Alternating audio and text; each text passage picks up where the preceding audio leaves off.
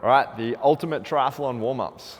We spend so long in running shoes, stiff carbon plated running shoes, our cycling cleats. So we're gonna use this as an opportunity to get barefoot, get those intrinsic muscles in the feet, get in some strength work, and so we can produce better power through the floor. All right, first one here, we're gonna do a hamstring sweep, getting some good posterior chain mobility. We're gonna walk forward. As we step, keep our heel in line with our toes. Lock our front leg out each step. Get a good stretch down the back of the leg.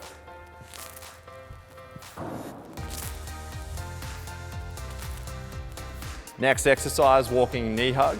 On this one, we're gonna try and bring our knee into our chest as high as we can. Focus on the foot tripod, base of your big toe, base of your little toe, and your heel. Keep even contact on the foot.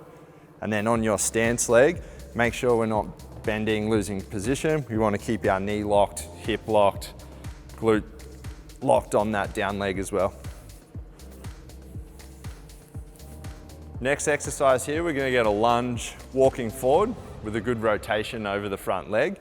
And so as we do this, we want to keep our hip locked on the back. As we rotate here, imagine you've got a laser pointer on your front kneecap, shooting straight ahead. We don't want to see it rotate around as you start to rotate.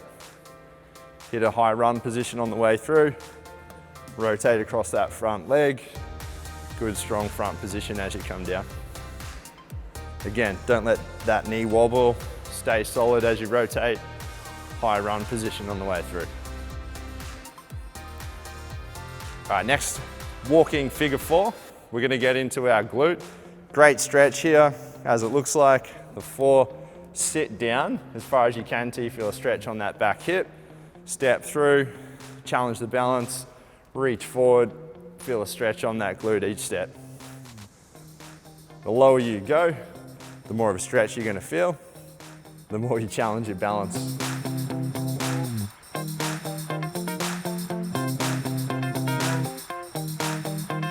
Right, triathlon exists in the sagittal plane. Swimming forward, biking forward, running forward.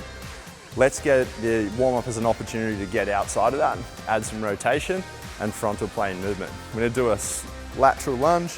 As you come down, try and stack your sternum on top of your foot. Let that trailing leg stay straight.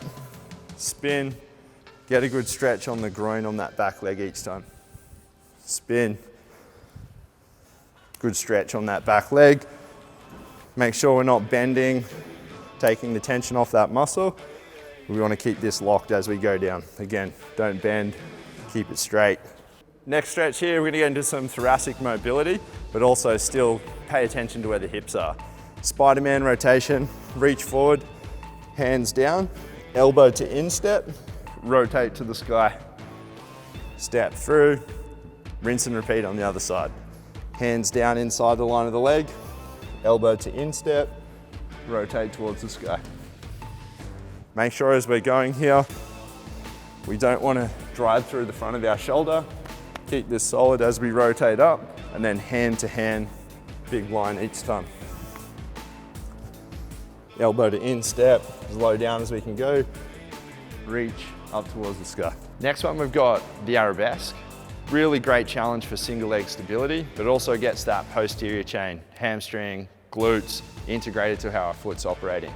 Great for crossing over into our run position. So from here, opposite hand to opposite foot, we want to keep a slight bend on the knee as we come forward and keep this back leg straight as we come down.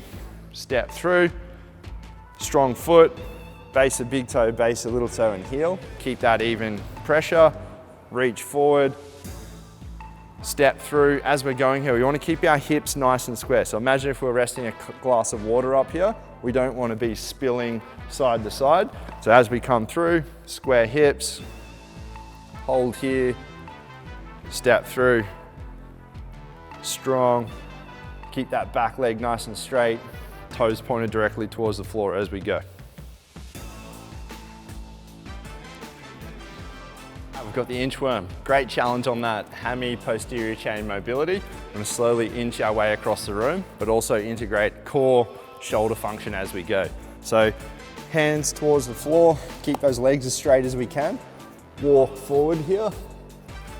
Get a good stretch, but keep that core and glutes tight as we get out to that end position, feet into hands, slowly walk back out again.